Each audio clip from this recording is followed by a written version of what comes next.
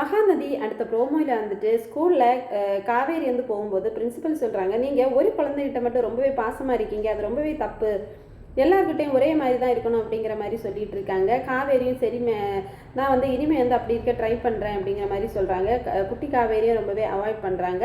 அதுக்கப்புறமா மத்தியானமாக காவேரி வந்துட்டு சாப்பிட இருக்கும்போது குட்டி காவேரி வராங்க. வந்துட்டு பக்கத்தில் உட்காந்து சாப்பிட போனோடனே காவேரி திட்டுறாங்க, நீ அந்த பிள்ளைங்க கூட உட்காந்து சாப்பிடுப்போ அப்படிங்கிற மாதிரி திட்டுறாங்க. காவேரி, நான் எப்போ அவங்க கூட தானே இருந்து சாப்பிடுவேன் அப்படின்னு சொல்லும்போது, இனிமேல் அப்படி இருக்கக்கூடாது, நீ உன் ஃப்ரெண்ட்ஸ் கூட தான் உட்காந்து சாப்பிடணும் அப்படின்னு சொல்கிறாங்க. இதை கேட்டுட்டு குழந்தை ரொம்பவே ஃபீல் பண்ணுறாங்க. அதுக்கப்புறமா பார்த்தீங்கன்னா சாயங்காலம் ஸ்கூல் விட்டு வரும்போது, நான் உங்கள் கூட வரேன் அப்படின்னு வந்து குட்டி காவேரி சொல்கிறாங்க. உடனே வந்து, இல்லை அதெல்லாம் வர வேண்டாம், உங்கள் அப்பா கூட்டிகிட்டு வருவாங்க, நீ அவங்க கூட போயிடு அப்படிங்கிற மாதிரி சொல்கிறாங்க. இதை கேட்டுட்டு குழந்தை ரொம்பவே ஃபீல் பண்ணி அழுற மாதிரி பார்த்துட்டே நின்றுட்டு இருக்காங்க.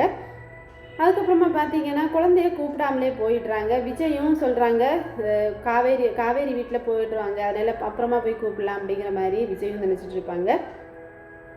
அதுக்கப்புறம் பார்த்தா காவேரியை காணலன்னு சொல்லிட்டு விஜய் சொல்லிட்டு இருக்கும்போது காவேரியும் விஜயும் சேர்ந்துட்டு ஸ்கூலில் போகிறாங்க. ஸ்கூலில் போய் அந்த வாட்ச்மேன் கிட்ட கேட்கும்போது, குழந்தைய வந்து ஒருத்தங்க காரில் வந்து கூட்டிகிட்டு போயிட்டாங்க அப்படிங்கிற மாதிரி சொல்கிறாங்க. இதை கேட்டுட்டு காவேரியும் விஜய் ரொம்பவே ஷாக் ஆகுறாங்க. எப்படி வந்து தேட போகிறாங்க, குழந்தை கிடப்பாளா அப்படிங்கிறத அடுத்த எபிசோடில் பார்ப்போம். தேங்க்ஸ் ஃபார் வாட்சிங்.